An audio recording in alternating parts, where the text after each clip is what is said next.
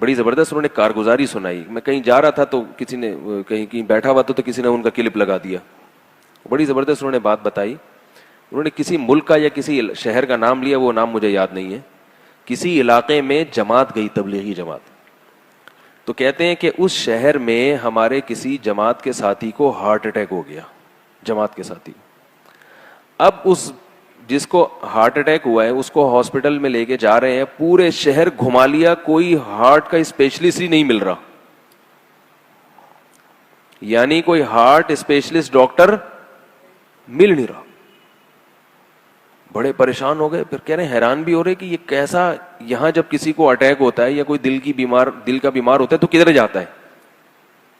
اتنا بڑا شہر ہے, اتنی آبادی ہے, تو ہارٹ کا کوئی اسپیشلسٹ ہی نہیں ہے.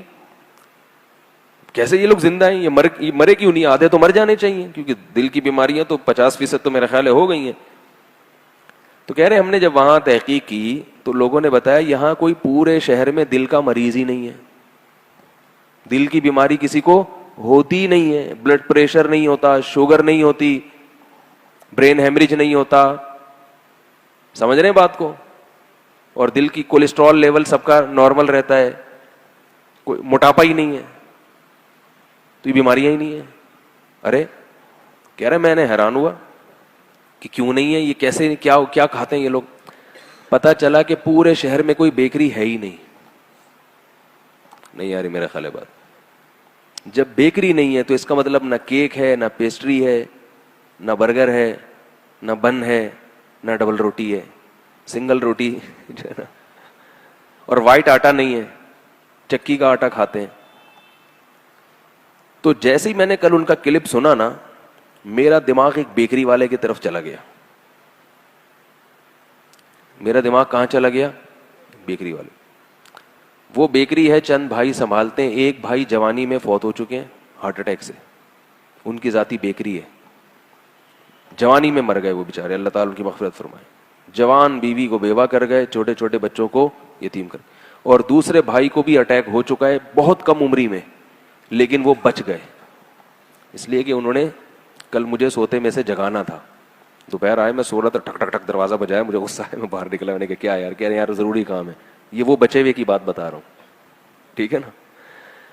تو خیر ان سے بے تکلفی بھی ہے, لیکن جو بچے ہیں تو ہارٹ کے مستقل پیشنٹ بن گئے. اور بچے بھی کیسے؟ حج کرنے گئے ہوئے تھے, وہاں اٹیک ہو گیا. تو جب حج میں کسی کو اٹیک ہونا تو وہ خوش قسمت ہوتا ہے, سعودی گورنمنٹ بڑا خاندانی قسم کا اس کو آپریشن اپنے خرچے پہ کرا دیتی ہے.